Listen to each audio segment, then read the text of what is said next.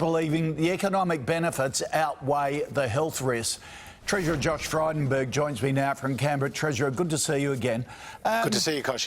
You said the longer people are unemployed, the harder it is to get them back into work. So what are the plans to have unemployed Australians get back into the workforce?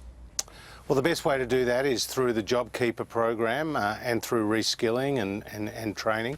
The JobKeeper program, as you know, has already been taken up by more than 725,000 businesses, representing more than 4.7 million employees, and that will maintain that formal relationship between the employer and the employee. Yep. So even if they're stood down, that then we can get them back into work as soon as some of these restrictions are lifted. But the reality is the history of the 1990s, when Australia had a very high unemployment, is that unemployment goes up on the elevators but comes down by the stairs, and it does take quite a while to get people back into work. And that was reinforced, and we've got to get used to this, don't we? That was reinforced by the Reserve Bank yesterday, saying they expect unemployment to get to 10% this year, but still 7% next year. So while the economy might V-shape back, as you say, unemployment doesn't, does it?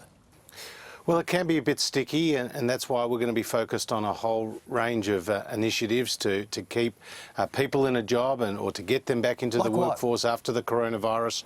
And that includes infrastructure spending, keeping that 10-year, $100 billion pipeline going, because we've got to pick up that aggregate demand that may have fallen in other areas. The skilling and the training is going to be critically important, cutting red tape, so make it easier for businesses to invest time growing their business as opposed to filling in forms.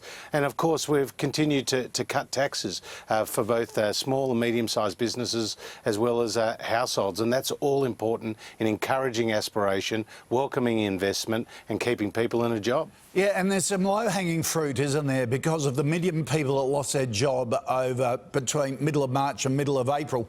33% were in hospitality, 27% in arts and recreation. So it's getting those sectors back, which are quick job hits, aren't they? Well, they're massive employers, those sectors, and you can actually start to see the cars on the road in the city centres now, where people are sort of looking forward to getting back into work and resuming some of their normal activities that they were doing pre-crisis. But of course we've got to continue to take the medical advice, which has served Australia so well. We haven't had the full lockdowns that we've seen in Europe. We haven't had the death toll that we've seen in the United States.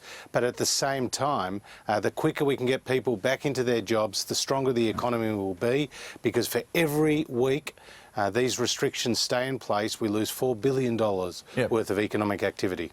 So the plan to get hotels, restaurants, cafes up and going, sport going, still July?